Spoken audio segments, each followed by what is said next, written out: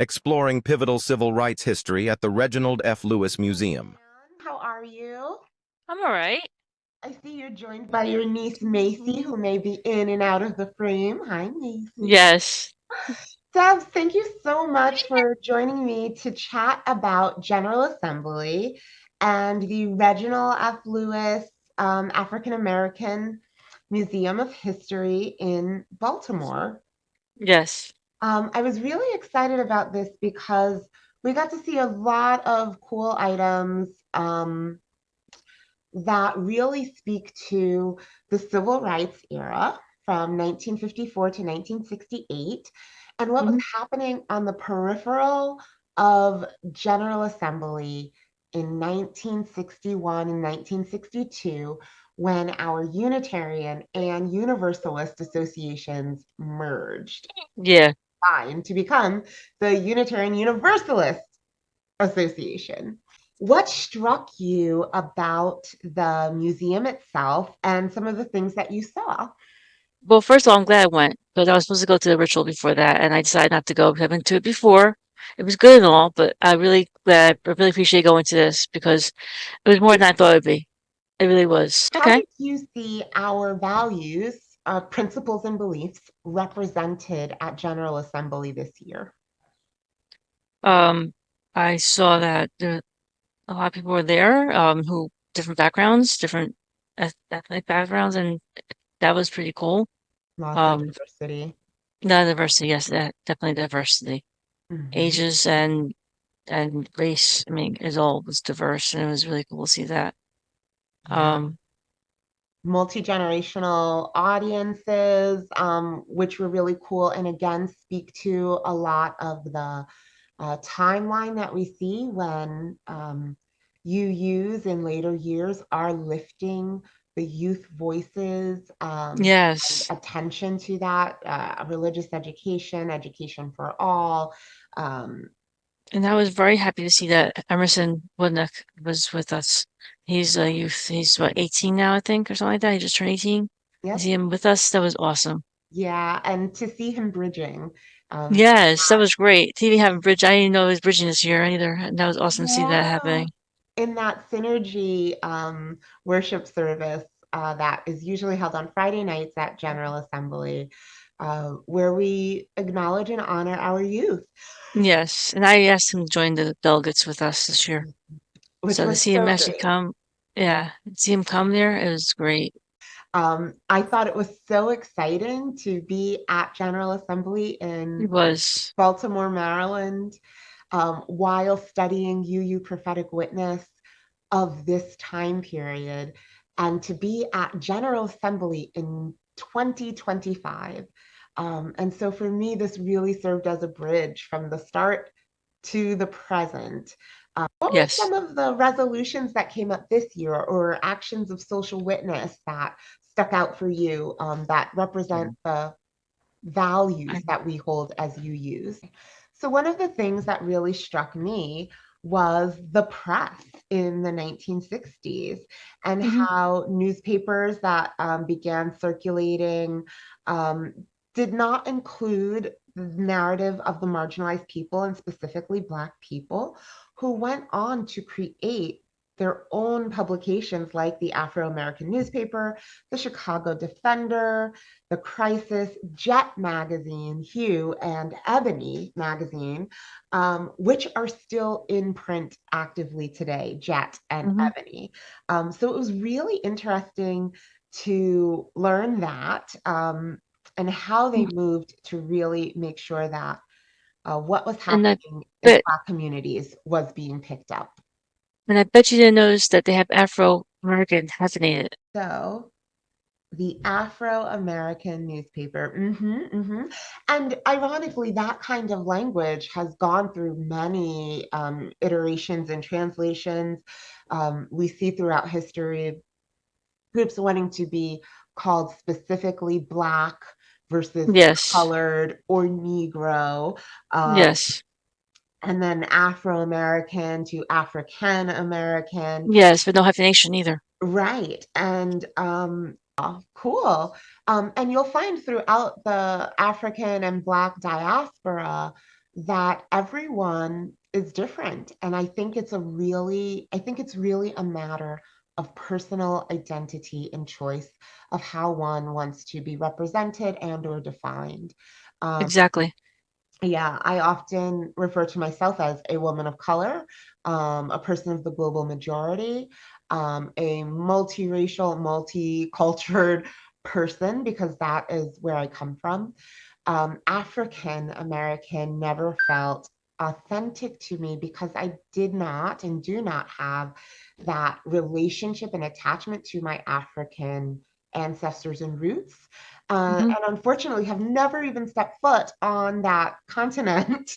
And Oh, wow. um, it was a personal practice to really accept my identity as an American citizen, Hmm. an American person. When we go out of the country to any other place in the world, we are American, not African American, not Black American, not Italian American. We are American. And when I was a kid, people would say, "Oh, Dana, what are you? What are you?" And I would start to list out, like, my Native American indigenous heritage, my African heritage, the Hispanic heritage, like just all of the things. Hmm. And they'd say, "Oh, so you're a mutt." Yeah. And I was so offended. I was like, Wow. I'm not a mutt. I am not a dog. I am a person. I'm a human being. And I just happen Wow. to, have family that comes from all of these places. So yeah, I felt really strongly that we represented that melting pot, like you said, the epitome of loving thy neighbor, of nations coming together in love and showing up in the world as that like ultimate expression of integration, right? Yes. Which was a huge part of the civil rights era of what our ancestors, spiritual and otherwise, were really fighting for at the time. And Dr. Pauline Murray, who was quite active in the fight and did so much advocacy work um, within both the faith, but outside of that, was born in Baltimore, Maryland. Yes. And this says after the death of both of her parents, Mary moved to Durham, North Carolina. After graduating with a degree in English, they worked as an educator. They were a part of the official publication of the NAACP. Then they began their journey as a civil rights activist and founding member of the Congress of Racial Equity, which is CORE, in Hmm. 42. Uh, Dr. Polly Murray wrote the book States Laws on Race and Color, which colleagues like Thurgood Marshall regarded as the Bible for civil rights litigation. Hmm. And this notes that Mary was a trailblazer in many ways, not only as a civil rights and women's rights activist, but also as a person who navigated life using he, she pronouns and self identified as a woman in the mid 1960s. Wow. Um, and this just notes Polly Murray was a brilliant legal mind whose work contributed to monumental cases like Brown v. Board of Education, Reed v. Reed, and the pivotal Civil Rights Act of 1964, proving to be a formidable force during the modern civil rights movement. Polly Murray, using pronouns and self Mhm. identifying in the Yes. 60s at a time Wow. when this was almost unheard of. Yeah, Murray I don't co-founded know. the National Organization for Women now. Um, and this just notes Polly Murray was a brilliant legal mind whose work contributed to monumental cases like Brown v. Board of Education, Reed v. Reed, and the pivotal Civil Rights Act of 1964, proving to be a formidable force during the modern civil rights movement. And I just want to take us back a moment. One of the things that I noted when we started Hmm. was that the civil rights movement, which began in 1954 through 1968, is noted here in the works of Thurgood Marshall, Hmm. someone that we claim as a spiritual ancestor and and often quote, right, Yes. as a theologian Mhm. in many respects. But this case, Brown v. Board of Education, that was won by Thurgood Marshall as an activist lawyer, is often noted as the pivotal victory that ignited the modern civil rights movement, creating a Hmm. domino effect in the battle to end racial inequality. Here we have Malcolm X and Morgan State University in 1962, where it says students were the heartbeat of the modern civil rights movement. National organizations like the Student Nonviolent Coordinating Committee, Southern Christian Leadership Conference, and CORE provided sanctuary for young activists united by a vision of change.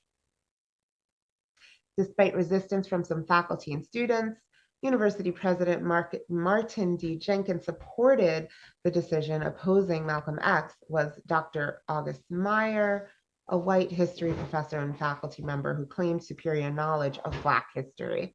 But some of those social justice and civil rights works that were being done were around anti-discrimination, where we maintained a policy of admitting persons to membership without discrimination on account of Hmm. race, color, or national origin. Yeah. This is stated and noted, but we also know that while this was a part of our language of the time, it actually wasn't the practice.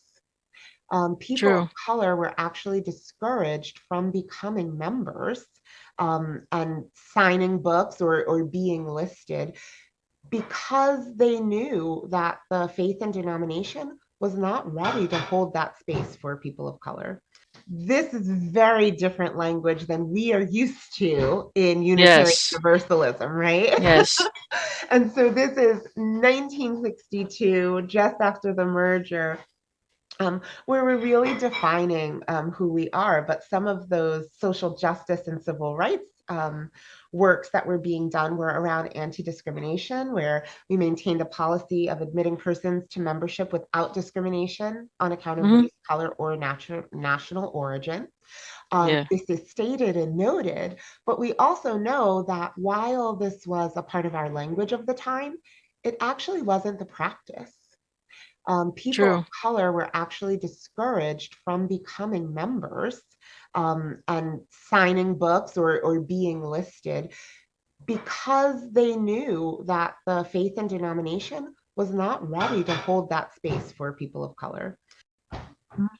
And I would say that overall, that 1962 General Assembly document shows that from its inception, the merged Unitarian Universalist Association positioned itself as theologically inclusive, honoring wisdom from multiple religious traditions, socially progressive, taking strong stands on civil rights, nuclear disarmament, and reproductive freedom. We're internationally minded, supporting the UN and global peace efforts, and democratically committed, supporting academic freedom, criminal justice reform, and democratic governance. Um, and it really reveals a mature social justice theology that viewed progressive activism not as separate from, but as integral to their religious mission, establishing patterns that would define UU identity for decades to come. Mhm. Um,